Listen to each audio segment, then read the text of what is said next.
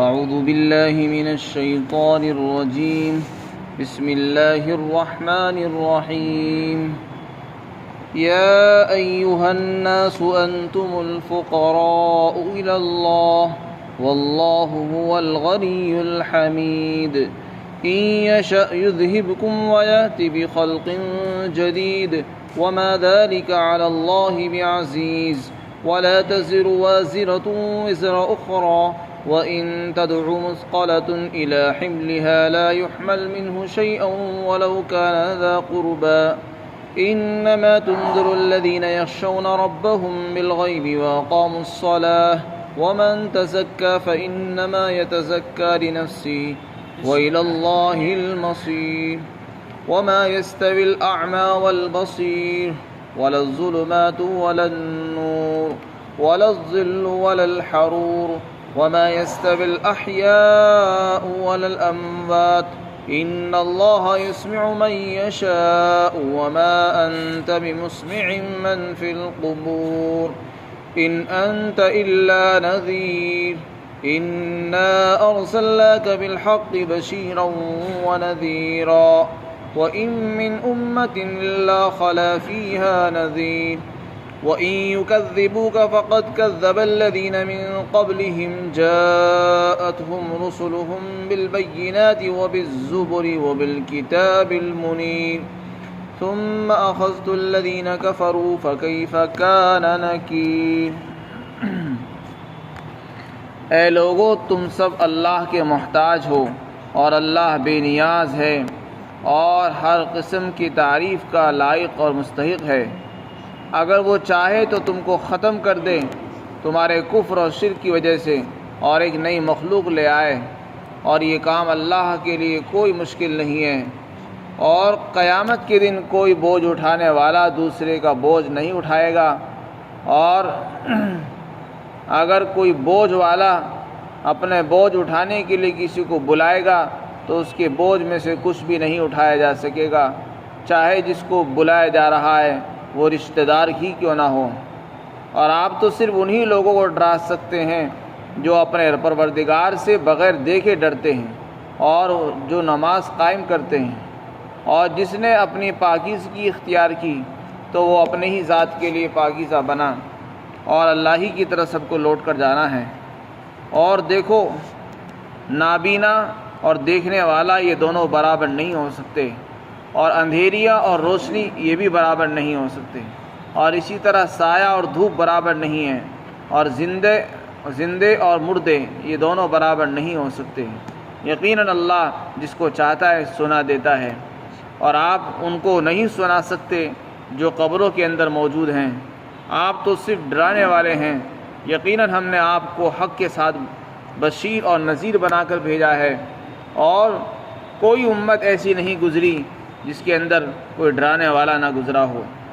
اور اگر یہ لوگ آپ کی تکذیب کر رہے ہیں، آپ کو جھٹلا رہے ہیں، تو اس میں کوئی تعجب اور حیرانی کی بات نہیں۔ ان سے پہلے جو لوگ گزرے ہیں انہوں نے بھی انبیاء کو جھٹلایا ہے۔ انبیاء علیہم السلام، ان کے پاس ان کے رسول واضح روشن دلائل اور کتابیں اور صحیفے لے کر آئے، روشن کتابیں لے کر آئے تھے۔ پھر میں نے کافروں کو پکڑ لیا، تو آپ دیکھو کیسا میرا پکڑنا، میری سزا کیسی رہی۔ اس رکوع کے اندر اللہ تعالیٰ نے بہت سی حکمتیں، نصیحتیں بیان فرمائی ہیں۔ سب سے پہلے تو یہ بتایا لوگوں کو کہ اے لوگو، تم سب محتاج ہو اللہ کے۔ فقراء جمع ہے فقیر کی، فقیر کے معنی محتاج کے آتے ہیں۔ یہاں اللہ نے عام انسانوں کو خطاب کیا ہے، جس میں مسلمان ہی نہیں بلکہ ہر انسان، اس میں ہر فرد بشر شامل ہے۔ اور اللہ مخاطب کر کے فرما رہے ہیں کہ اے لوگو، تم سب اللہ کے محتاج ہو، اللہ تمہارا محتاج نہیں، تم اللہ کے محتاج ہو۔ کیا مطلب اس کا یہ ہے، اللہ تعالیٰ یہ بتانا چاہتے ہیں کہ کوئی انسان کیسا ہی کیوں نہ ہو، وہ اپنی نیکی پر بھروسہ کر کے یہ مت سمجھے کہ اللہ کو میری نیکی کی ضرورت اور حاجت ہے، نہیں، بلکہ ہمیں اللہ کی حاجت ہے، اللہ کو ہماری حاجت اور ضرورت نہیں ہے۔ ہم اللہ کے محتاج ہیں، قدم قدم پر ہم اللہ کے محتاج ہیں، اجر و ثواب میں، نجات میں اور آخرت کی نجات میں، جنت میں جانے میں اور جہنم سے بچنے میں اللہ کے محتاج ہیں۔ ہم جو نیک عمل کر رہے ہیں اگر اللہ کی طرف سے قبولیت نہیں ہوگی تو ہم وہ نیک اعمال کہاں لے جائیں گے، کیا کریں گے؟ وہ کسی کام کے نہیں ہوں گے۔ فرمایا اللہ بے نیاز ہے، تم اللہ کے محتاج ہو۔ اللہ تو بے نیاز ہے، بے پرواہ، اسے کسی کی کوئی پرواہ نہیں ہے۔ اسی لیے تو اللہ نے ہمیں توحید عطا فرمائی، دین اسلام اس لیے دیا تاکہ ہم دین اسلام پر چل کر اللہ سے اپنی ضرورتیں حاصل کر لیں، ورنہ اللہ کو اگر ضرورت نہ ہوتی، اگر اللہ تعالیٰ کو ہماری ضرورت ہوتی تو اللہ ہمیں دین نہ دیتا۔ ہم محتاج ہیں، اس لیے اللہ نے ہمیں توحید کی دعوت دی۔ اگر ہم توحید کے دین کو اپنائیں گے تو اس سے ہم نقصان سے اپنے آپ کو بچا لیں گے، اس میں ہمارا ہی اپنا نفع ہے۔ دین اختیار کرنے میں، دین پر چلنے میں ہمارا ہی نفع ہے، اور دین کو چھوڑ کر زندگی گزارنے میں ہمارا نقصان ہی نقصان ہے۔ جو یہ سمجھتا ہے کہ میں دین کے بغیر زندگی گزار سکتا ہوں، یہ اس کی بھول ہے، غلط فہمی ہے، مغالطہ ہے۔ فرمایا اللہ بے نیاز ہے، اسے کسی کی کوئی حاجت نہیں ہے۔ اگر ساری دنیا اس سے منہ موڑ لے تب بھی اسے کوئی پرواہ نہیں، ساری دنیا اللہ کی فرما برداری میں لگ جائے تب بھی اللہ پر ذرہ برابر فرق نہیں پڑے گا۔ اور حمید کے معنی تعریف کے قابل ہے، یعنی اللہ کی کوئی تعریف کرے یا نہ کرے، اللہ ہمیشہ سے قابل تعریف رہا ہے اور ہمیشہ تعریف کے قابل اور تعریف کا لائق اور مستحق حمد رہے گا۔ یہ اللہ کی شان ہے۔ پھر دوسری صفت بیان کی کہ اللہ تعالیٰ تمہارے کفر اور شرک اور تمہارے گناہوں کی وجہ سے جب چاہے تمہیں ختم کرنے پر قادر ہے۔ سارے انسانوں کو خطاب کرنا چاہتے ہیں کہ اے لوگوں، یہ مت سمجھو کہ تمہاری وجہ سے ہی دنیا چل رہی ہے، دنیا قائم ہے، دنیا کا نظام آباد ہے اور یہ دکانیں چل رہی ہیں۔ نہیں، اللہ جب چاہے تمہیں ختم کرنے پر، فنا کرنے پر پوری قدرت رکھتا ہے، اور تمہارے بدلے نئی مخلوق پیدا کرنے کی طاقت بھی رکھتا ہے، اور اللہ کے لیے کچھ مشکل نہیں ہے۔ یہ اس کے لیے لمحوں کی دیر ہے، جب چاہے گا تمہیں فنا کر دے گا، نئی مخلوق پیدا کر دے گا۔ لہذا یہ مت سمجھو کہ میری وجہ سے دکان چل رہی ہے، میری وجہ سے نظام چل رہا ہے، میری وجہ سے فیکٹریاں چل رہی ہیں، یہ دنیا میری وجہ سے چل رہی ہے، ایسا کچھ نہیں ہے۔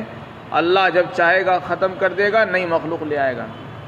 لہذا اللہ تعالیٰ دعوت دے رہے ہیں کہ اپنے اوپر بھروسہ مت کرو، اللہ سے منہ موڑ کر زندگی مت گزارو، ورنہ جب چاہے گا اللہ تمہیں فنا کر دے گا، دوسری مخلوق پیدا کر دے گا۔ اپنے گناہوں سے توبہ کر لو۔ فرمائے یہ اللہ کے لیے کوئی مشکل نہیں ہے۔ پھر اسی طریقے سے صاف صاف نصیحت اللہ نے بیان فرمائی کہ قیامت کے دن کوئی گناہگار کسی دوسرے کے گناہ کا بوجھ نہیں اٹھائے گا، ہر ایک کو اپنے گناہ کا بوجھ خود ہی لادنا پڑے گا، کوئی کسی کا بوجھ نہیں لادے گا۔ یعنی مطلب اس کا یہ ہے، گناہ ایک آدمی نے کیا، اس کے گناہ کا بوجھ کوئی دوسرا نہیں اٹھائے گا، بلکہ اس کو خود اٹھانا پڑے گا۔ بلکہ اگر وہ بلانا بھی چاہے گا کسی اور کو، اپنے رشتہ دار کو، کہ آپ میرا بوجھ اٹھا لے، میرے ساتھ میرے بوجھ کے اٹھانے میں شریک ہو جا، تو کوئی اٹھانے سے انکار کر دے گا، کوئی اقرار نہیں کرے گا۔ قرآن کریم میں سورہ عبس میں فرمایا یوم یفر المرء من اخیہ وامہ وابیہ وصاحبتہ وبنیہ، فرمایا اس دن انسان اپنے باپ سے بھاگے گا، اپنے بھائی سے بھاگے گا، اپنی بیوی سے بھاگنا چاہے گا، اپنی اولاد سے، یعنی غرض یہ کہ ہر عزیز اور قریبی رشتہ دار سے دور بھاگنا چاہے گا کہ کوئی مطالبہ نہ کر لیں، کسی چیز کا سوال نہ کر بیٹھیں۔ اب سوال یہ ہے، قرآن کریم کے اندر بعض آیتوں میں یہ ہے کہ اس دن کافر لوگ اپنا بھی بوجھ اٹھائیں گے اور ان کا بھی بوجھ اٹھائیں گے جن کو انہوں نے گمراہ کیا ہوگا۔ تو یہاں یہ کہا جا رہا ہے کہ کوئی دوسرے کا بوجھ نہیں اٹھائے گا، تو اس کا جواب یہ ہے کہ وہاں وہاں جو ڈبل گناہ کے بوجھ اٹھانے کی بات کہی گئی ہے، اس کا مطلب یہ ہے کہ ایک تو وہ خود گمراہ ہوئے، اپنی گمراہی کا بوجھ اٹھائیں گے، گمراہی کے گناہ کا وبال اٹھائیں گے۔ دوسرے انہوں نے جن جن کو گمراہ کیا ہوگا ان کا بوجھ ان پر تو ہوگا ہی، ان کو ان کے گمراہ کرنے کی سزا اور گناہ اور وبال ملے گا، اس لیے یہ اس کا بوجھ بھی اٹھائیں گے، لیکن ان کے بوجھ میں سے ذرہ برابر کمی نہیں کی جائے گی۔ وہاں ڈبل گناہ کا بوجھ اس لیے ملے گا چونکہ انہوں نے ڈبل کام کیا ہوا، خود بھی گمراہ رہے، دوسروں کو بھی گمراہ کیا، اس لیے اپنے گناہوں کا وبال بھی اور دوسروں کی گناہوں کا وبال اور نقصان اور بوجھ بھی خود اٹھائیں گے، اور جن کو گمراہ کیا وہ بھی اپنے گناہوں کا بوجھ اٹھائیں گے۔ فرمایا وَلَوْ كَانَ ذَا قُرْبَىٰ، چاہے کوئی قریبی رشتہ دار کیوں نہ ہو وہ بھی انکار کر دے گا۔ اسی طرح ایک بات اور ارشاد فرمائی، اے پیغمبر صلی اللہ علیہ وسلم، آپ ہر ایک کو نہیں ڈرا سکتے، ہم نے آپ کو ڈرانے کے لیے بھیجا ہے، آپ سب کو سمجھانے کے لیے آئے ہیں۔ یقیناً واقعتاً آپ کی دعوت، آپ کی تبلیغ، آپ کی محنت ہر انسان کے لیے، ہر فرد بشر کے لیے آئی ہے، لیکن آپ کی دعوت سے نفع اور فائدہ وہی اٹھائیں گے جن کے دل میں پہلے سے خدا کا خوف ہوگا۔ جس کے دل میں خدا کا خوف ہے، بغیر دیکھے وہ اللہ سے ڈرتا ہے، وہی آپ سے بھی ڈرے گا اور آپ کی دعوت سے وہ متاثر ہوگا اور اثر لے گا۔ جس کے دل میں خدا کا خوف نہیں ہے، غیب پر ایمان نہیں ہے، وہ آپ کی دعوت سے بھی متاثر نہیں ہو سکتا ہے۔ یہاں پر یہ بات ارشاد فرمائیں آپ انہی لوگوں کو ڈرا سکتے ہیں، اور آپ کا ڈرانا انہی کے لیے مفید اور نافع ہوگا جو اپنے پروردگار سے بغیر دیکھے ڈرتے ہوں گے اور جو نمازیں قائم کرتے ہوں گے۔ علماء نے لکھا ہے کہ نماز ایک ایسی عبادت ہے جو انسان خوف خدا کی وجہ سے قائم کرتا ہے۔ جس کے دل میں خدا کا ڈر ہوتا ہے وہی صبح کو اٹھے گا، نماز پڑھے گا۔ جس کے دل میں خدا کا خوف ہے وہی نماز پڑھ رہا ہے، ورنہ آپ دیکھ لو کتنی بڑی مخلوق ہے کہ نماز نہیں پڑھ رہی۔ اس کا مطلب یہ ہے کہ خدا کا خوف دل سے نکل چکا ہے۔ تو جو نماز پڑھ رہا ہوگا، اللہ سے بغیر دیکھے ڈر رہا ہوگا، وہی نبی کی دعوت سے بھی اثر لے سکتا ہے۔ اس کے علاوہ جس کے دل میں خوف خدا نہیں ہے، اس سے امید نہیں ہے کہ وہ خدا سے ڈر جائے۔ پھر ایک بات اور ارشاد فرمائی کہ جو آدمی پاک بننا چاہتا ہے تو اس کی پاکی کا فائدہ اس کی اپنی ذات کو ہوگا، یعنی جو گناہوں سے توبہ کر کے اللہ کو اختیار کرتا ہے اور اپنی پاکیزگی قبول کر رہا ہے، اس کی پاکی کا نفع اور فائدہ اسی کی ذات کو ہونے والا ہے، کسی اور کو نہیں ہوگا۔ اس لیے کفر اور شرک سے اپنے آپ کو پاک رکھنا اور اپنے آپ کو پاکیزہ بنانا یہ ضروری ہے۔ فرمایا ہر ایک کو اللہ کے سامنے لوٹ کر جانا ہے، ہر ایک کو اپنے اعمال کا جواب دینا ہے۔ اس کے بعد اللہ تعالیٰ نے کفار اور مشرکین اور ایمان والوں کی مثال بیان کی۔